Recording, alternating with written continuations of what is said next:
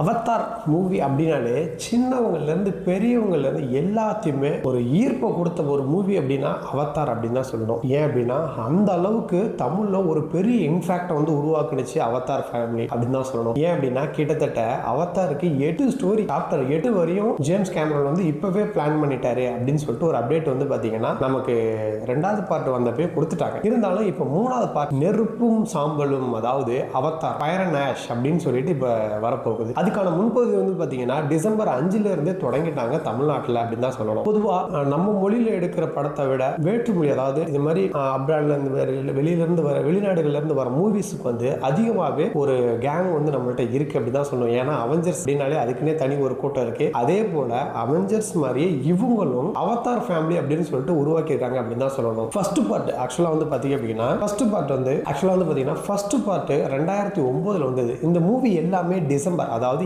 End of the இயர்ல தான் release ஆயிட்டு இருக்கு அப்படிங்கிறது ஒரு முக்கியமான பாயிண்ட் அப்படி தான் சொல்லணும். ஃபர்ஸ்ட் பார்ட் 2009 ரிலீஸ் ஆனிச்சு. 2வது பார்ட் வந்து பாத்தீங்கன்னா தி வே ஆஃப் வாட்டர், அதாவது நீர்வழி பயணம் அப்படின்னு சொல்லிட்டு 2022ல வந்தது. இப்ப 2025ல நெருப்பும் சாம்பலும், அதாவது ஃபயர் அண்ட் ஆஷ் அப்படின்னு சொல்லிட்டு 2025ல நெக்ஸ்ட் வந்து பாத்தீங்கன்னா அவதார் 4 வருது. 2029ல 4, 2031ல 5. இது வரையும் வந்து பாத்தீங்கன்னா படக்குழு வந்து ஒரு அப்டேட்டை கொடுத்திருக்காங்க. பாத்தீங்களா 2031 வரையுமே இப்போ வரையும் அப்டேட் வந்து கொடுத்துக்கிட்டே இருக்காங்க. இந்த படத்துல வந்து பாத்தீங்கன்னா அந்த தொடர்ச்சியா பார்க்கணும் அப்படின்னா ஃபர்ஸ்ட் வந்து பாத்தீங்கன்னா நம்ம ஒரு லாங்குவேஜ் வந்து அதுக்காக தனியாவே கிரியேட் பண்ணிருக்காங்க அப்படின்னு தான் சொல்லணும். நவி அப்படின்னு சொல்லிட்டு ஒரு லாங்குவேஜை புதுசாவே கிரியேட் பண்ணிருக்காங்க. அந்த நவி அப்படிங்கறத அந்த சயின்டிஸ்ட்லாம் வந்து என்ன சொல்றாங்க அப்படின்னா வேற்றுக்கிரகவாசிகள் பேசுகிற ஒரு மொழி வந்து நவி மொழி அப்படிங்கிற மாதிரியும் அவங்க வந்து ஒரு கற்பனையில சொல்லியிருக்காங்க. அதை தான் வந்து ஜேம்ஸ் கேமரன் என்ன சொல்லியிருக்காருன்னா அதை ஒரு கற்பனையா, அதாவது ஏலியன்ஸ் வந்து நம்ம நிறைய யாரும் பார்த்ததில்ல, இருந்தா இப்படி இருப்பாங்க, மனித உருவுல இருந்தா வேற்று உலகத்துல இப்படிதான் இருக்கும் அப்படிங்கிற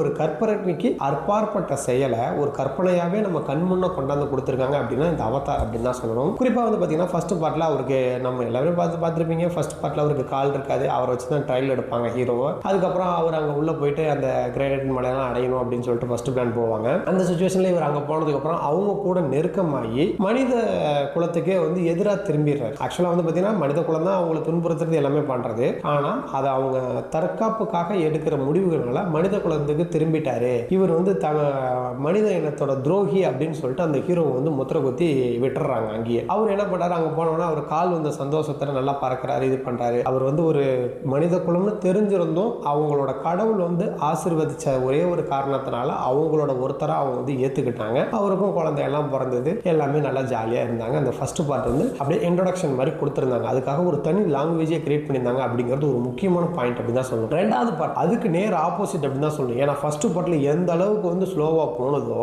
அந்த அளவுக்கு செகண்ட் பார்ட் பிரிச்சு மேஞ்சிருச்சு. அதாவது நீர்வழி பயணம் அப்படின்னு சொல்றது தி வே ஆஃப் வாட்டர். என்ன அப்படின்னா இதுக்கு அப்பாற்பட்ட இன்னொரு உலகமும் இருக்கு.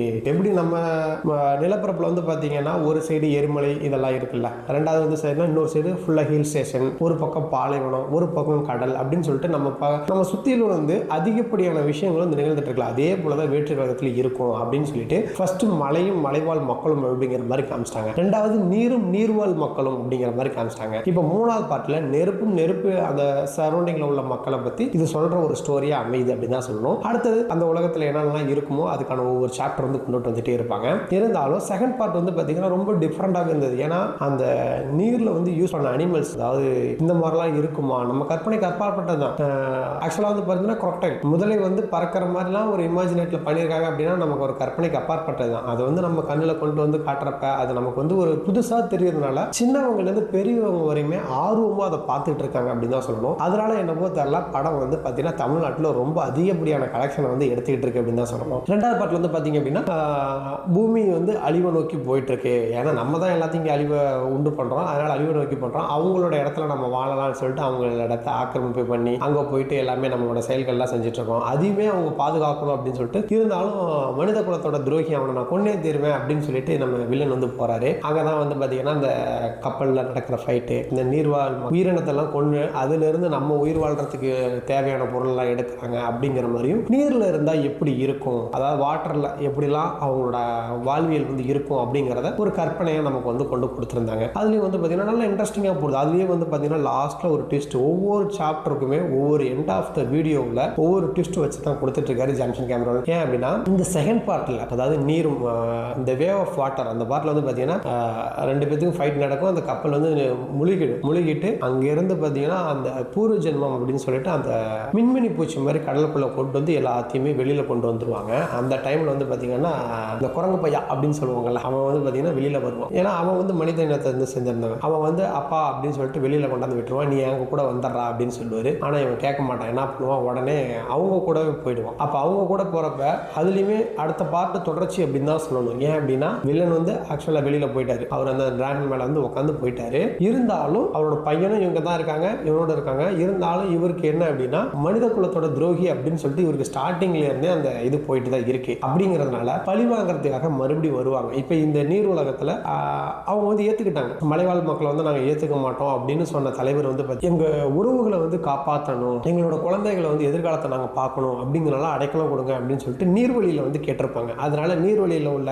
தலைவர் என்ன சொல்லுவார், சரி பரவாயில்ல ஃபேமிலிக்காக தஞ்சை வந்திருக்கீங்க அப்படின்னு சொல்லிட்டு அவர் அசெப்ட் பண்ணி அவங்க இருந்து வச்சுக்குவாங்க. இதே போல இப்போ 2வது பாட்டு முடிஞ்சிச்சு. ஓகேங்களா, இப்போ 3வது பாட்டு ஆஷ் நெருப்பும் சாம்பலும் அப்படிங்கிறதுனால கொஞ்சம் டிஃப்ரெண்டாகவே இருக்கும். அனிமேஷன்லாம் நம்ம எதிர்பார்க்காத அளவுக்கு வந்து கொடுத்துருப்பாங்க அப்படின்னு தான் சொல்லணும். கிட்டத்தட்ட படம் வந்து பார்த்தீங்கன்னா அப்படியே சாப்டர் பை சாப்டரா ஃபுல் இன்ட்ரெஸ்டிங்கோட போயிட்டு இருக்கு அப்படின்னு தான் சொல்லணும். இந்த நெருப்புல வந்து பார்த்தீங்கன்னா நீர் முடிஞ்சிருச்சு. நெருப்புல என்ன அப்படின்னா அங்கே எப்படிலாம் எக்யூப்மெண்ட் யூஸ் பண்ணுறாங்க, அவங்கள்ட்ட மறுபடியும் இவங்க போய் என்னத்தெல்லாம் மனிதர் குலம் வந்து அங்கேருந்து எடுக்க போகிறாங்க, அதை அவங்க எப்படி காப்பாற்றிக்க போகிறாங்க அப்படிங்கிறத அந்த படத்தோட முழு கதையாக அமையும். அந்த பாண்டோரா உலகம் அப்படின்னாலே கொஞ்சம் டிஃப்ரெண்டாக தான் இருக்குது அப்படின்னு தான் சொல்லணும். அந்த பாண்டோரா உலகத்தில் இருக்கிற அந்த காட்டுற அனிமல்ஸ் எல்லாமே வந்து பார்த்தீங்கன்னா நம்ம கற்பனையில் தான் கூட எண்ணி பார்த்துருக்க மாட்டோம். சீரியஸாக சொல்லணும் அப்படின்னா நம்ம கற்பனைக்கு அப்பாற்பட்ட விஷயங்களை நம்ம கண்முன்னு கொண்டு வந்திருக்கிறதுல அந்த படக்குழு வந்து பார்த்தீங்கன்னா ரொம்பவே கரெக்டாக இன்ச் பை இன்ச்சாக ஒன்றுமே யோசிச்சு திங்க் பண்ணிட்டு இருக்காங்க தான் சொல்லணும். அந்த படம் எடுக்கிறது கிட்டத்தட்ட வந்து பார்த்தீங்கன்னா பல கோடி ரூபாய் மதிப்பில் அந்த படத்தை எடுத்திருந்தாலும்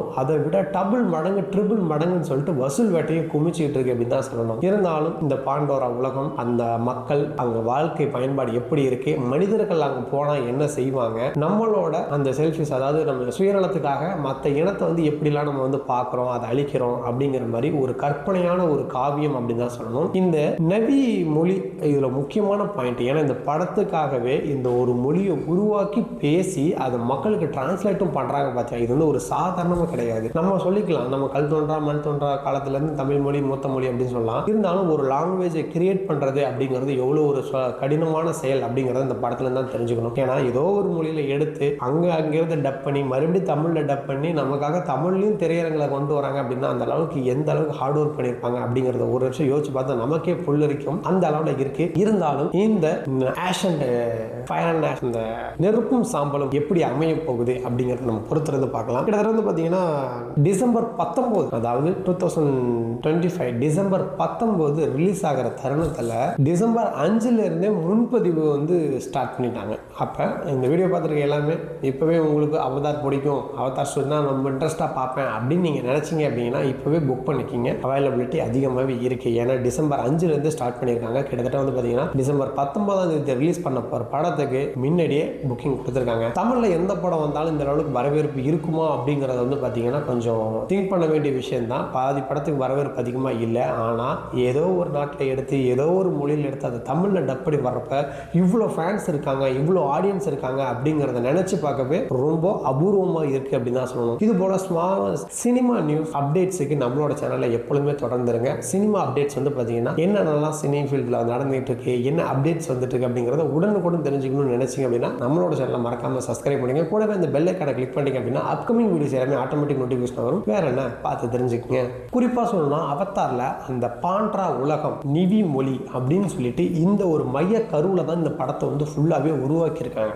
இதோட தொடர்ச்சியாக தான் கிட்டத்தட்ட 8 பார்ட் வரையும் ஜேம்ஸ் கேமரூன் வந்து இப்போவே வடிவமைச்சு வச்சுட்டாரு. அதுக்கான ஒவ்வொரு ப்ராசஸுமே போயிட்டு இருக்கு அப்படின்னு சொல்லிட்டு படக்குள்ள இருந்து ஒரு அப்டேட்டை கொடுத்துட்டே இருக்காங்க. நம்ம தமிழ் சினிமாவெல்லாம் பொறுத்த வரையும் பார்த்தோம் அப்படின்னா மேக்ஸிமம் பார்ட் 3 வரையும் போகிறோம், அதுக்கு மேலே போகிறதில்ல. இல்லை அப்படின்னா வெப் சீரிஸாக விட்டுறோம். ஏன்னா அதை வந்து 3 மணி நேரத்தை டிவைட் பண்ணி தான் விடுறாங்க. அதனால பெருசாக வெப் சீரிஸ் அந்த அளவுக்கு தாக்கம் இல்லை அப்படின்னு தான் சொல்லணும். இருந்தாலும் மற்ற மொழிகளில் உள்ள படம்லாம் எந்த அளவுக்கு வந்து வரவேற்பை பார்க்குறாங்க, அவங்களோட திங்கிங், அவங்களோட முன்கூட்டியே இந்த அளவுக்கு வந்து திங்க் பண்ணி இந்த அளவுக்கு எடுக்கிறாங்க அப்படின்னா அதை பார்த்து தமிழில் வந்து எந்த அளவுக்கு வந்து பில்டப் பண்ண முடியுமோ அந்த அளவுக்கு வந்து பார்த்தீங்கன்னா நம்மளோட டேரக்டர்ஸ் வந்து பார்த்தீங்கன்னா கடுமையாக உழைச்சிட்டு இருக்காங்க அப்படின்னு தான் சொல்லணும். குறிப்பாக இந்த பாண்டாரோட மக்கள் அந்த உலகத்தை வந்து எப்படி வடிவமைப்பு வடிவமைச்சிருக்காங்க, அந்த மக்களோட வாழ்வியல் எப்படி, அங்கே என்னெல்லாம் இருக்கு, அது எப்படி அவங்க பாதுகாத்துக்கிறாங்க, எதிரிகள் இது போல அட்டாக் பண்ற டைம்ல அவங்கள எப்படி பாதுகாத்துக்கிறாங்க, அவங்க மக்கள்லாம் எப்படி சப்போர்ட் பண்றாங்க, இதோட தொடர்ச்சியாக தான் ஒவ்வொரு டாஸ்க்குமே வச்சு கொண்டு போறாங்க. ஏன்னா ஃபர்ஸ்ட் பார்ட்ல வந்து அந்த மலைவாழ் மக்கள் அந்த அகபரிச்சு அந்த மலையை வந்து நம்ம கைப்பற்றணும் அப்படின்னு சொல்லிட்டு தான் ஃபர்ஸ்ட் பார்ட்ல போனாங்க. செகண்ட் பார்ட்ல நம்ம குலத்துரோகியை வந்து கண்டுபிடிச்சு நான் ஒன்னே ஆகணும் அப்படின்னு சொல்லிட்டு வில்லன் இந்த பக்கம் ஒரு பக்கம் போனாலும் மனித குலத்துல நம்ம வந்து பூமி வந்து சீக்கிரம் அழிஞ்சிரும், அதனால நம்ம இந்த இடத்துல வந்து மனிதர் வாழ்ற இடமா நம்ம மாற்றி அமைக்கணும் அப்படின்னு சொல்லிட்டு அதில் யூஸ் பண்ண மெக்கானிசம்லாம் வந்து பார்த்தீங்கன்னா, அதாவது இந்த ரோபோட்ஸில் உட்காந்துட்டு ஒர்க் பண்ணுறோம் அப்படின்னா ஒரு நாளில் கிட்டத்தட்ட 6 மாத காலம் மனிதர்கள் எந்த அளவுக்கு வேலை செய்கிறாங்களோ அதை இங்கே ஒரே மணி நேரத்தில் நம்ம முடிச்சிடலாம், அந்த அளவுக்கு வந்து டெக்னாலஜி இம்ப்ரூவ்மெண்ட் அப்படிங்கிறத கொடுத்துருக்கோம் அப்படின்னு சொல்லிட்டு ஒரு பாயிண்ட் வந்து சொல்லியிருப்பாங்க. படத்தை பார்த்துருந்தீங்கன்னா உங்களுக்கு அந்த பாயிண்ட் புரியும். எதுக்காக அதை சொன்னாங்க அப்படின்னா, மிக விரைவில், அதாவது கிட்டத்தட்ட 6 மாதம் செய்ய வேண்டிய வேலையை 1 ஹவரில் இங்கே முடிக்கிறாங்க, அந்த அளவுக்கு டெக்னாலஜி இம்ப்ரூவ்மெண்ட் இருக்குது அப்படின்னா யோசிச்சு பாருங்களேன். அப்போ மனிதர்கள் வந்து எந்த அளவுக்கு ஸ்பீடாக அவங்க கொண்டு வச்சு அந்த மனிதர் வாழ்கிற இடமா அதை மாற்றுறதுக்கு எந்த அளவுக்கு அவங்க வந்து ஹார்ட் ஒர்க் பண்ணிட்டு இருக்காங்க அப்படின்னு சொல்லிட்டு. இருந்தாலும் மக்கள் வந்து அந்த பாண்டோரா மக்கள் வந்து அவங்களோட உயிரை காப்பாற்றிக்கிறதுக்காகவும் என்னதான் நமக்கு வந்து ஹீரோவை முன்னாடி காமிச்சிருந்தாலும் அந்த மக்களோட வாழ்வியல் அப்படிங்கிறத அழிச்சு தான் நம்ம பண்ணிட்டு இருக்கோம் அப்படிங்கிறத ஒரு பாயிண்ட்ல கொடுத்துட்டே இருக்காரு. சொல்ல போனோம் அப்படின்னா இதை வந்து எதிர்காலத்தை வந்து யோசிச்சு நமக்கு ஒரு பாயிண்டா ஒரு மெசேஜா சொல்றாரு கூட சொல்லலாம். ஏன் அப்படின்னா இப்போ உள்ள காலகட்டத்தில் பூமி வந்து ஒரு சைடு வந்து ஃபுல்லாகவே அழிஞ்சிக்கிட்டு இருக்கு. இந்த தருணத்தில் நம்மளோட சயின்டிஸ்ட்லாம் என்ன பண்றாங்க, செவ்வாய்கிரகத்தில் தண்ணி இருக்கா, இல்லை ஏதாவது ஒரு இடத்துல மனிதர்கள் வாழ்ற இடத்துக்கு நமக்கு பக்குவமாக இருக்கா அப்படின்னு சொல்லிட்டு பல கோள்களுக்கு பல ராக்கெட்டை வந்து ஏற்றி பார்த்துக்கிட்டு தான் இருக்காங்க. அதைத்தான் வந்து அவர் முன்கூட்டியே நம்ம போனால் இப்படி தான் இருப்போம், இல்லை அந்த இடத்துல இப்படிலாம் இருக்குமோ அப்படின்னு சொல்லிட்டு அவரோட கற்பனையை வந்து வெளிப்படுத்திட்டு இருக்காரு அப்படின்னு தான் சொல்லணும். இதில் முக்கியமான பாயிண்ட் என்ன வந்து பார்த்தீங்கன்னா, அந்த அவதார் அந்த ஃபேஸ் இருக்கட்டும், அந்த காஸ்டியூம்ஸ்லாம் வந்து பார்த்தீங்கன்னா வேற லெவலில் இருக்கும். நம்ம அந்த வே ஆஃப் வாட்டரில் பார்த்துருப்போம், அதில் யூஸ் பண்ண அனிமல்ஸ்லாம் வந்து பார்த்தீங்கன்னா சூப்பராக இருக்கும். அதோட பேக்ரவுண்டு மியூசிக்காக இருக்கட்டும் அந்த அளவுக்கு. ஏன்னா தமிழில் வந்து நமக்கு வந்து ரொம்பவே அதிகமான ஒரு ஸ்டோரியை கொடுத்துருக்காங்க. ஏன்னா இங்கிலீஷில் பார்க்குறப்ப அப்படின்னா ஷார்ட்டாக முடிச்சிருவாங்க, அந்த அளவுக்கு பெரிய டைலாக்ஸ்லாம் இருக்காது. ஆனால் தமிழில் கொடுக்குறப்ப அதோட டைலாக்ஸ்லாம் வந்து கேட்குறப்ப ரொம்பவே அபூர்வமாக இருக்கும். என்ன அப்படின்னா,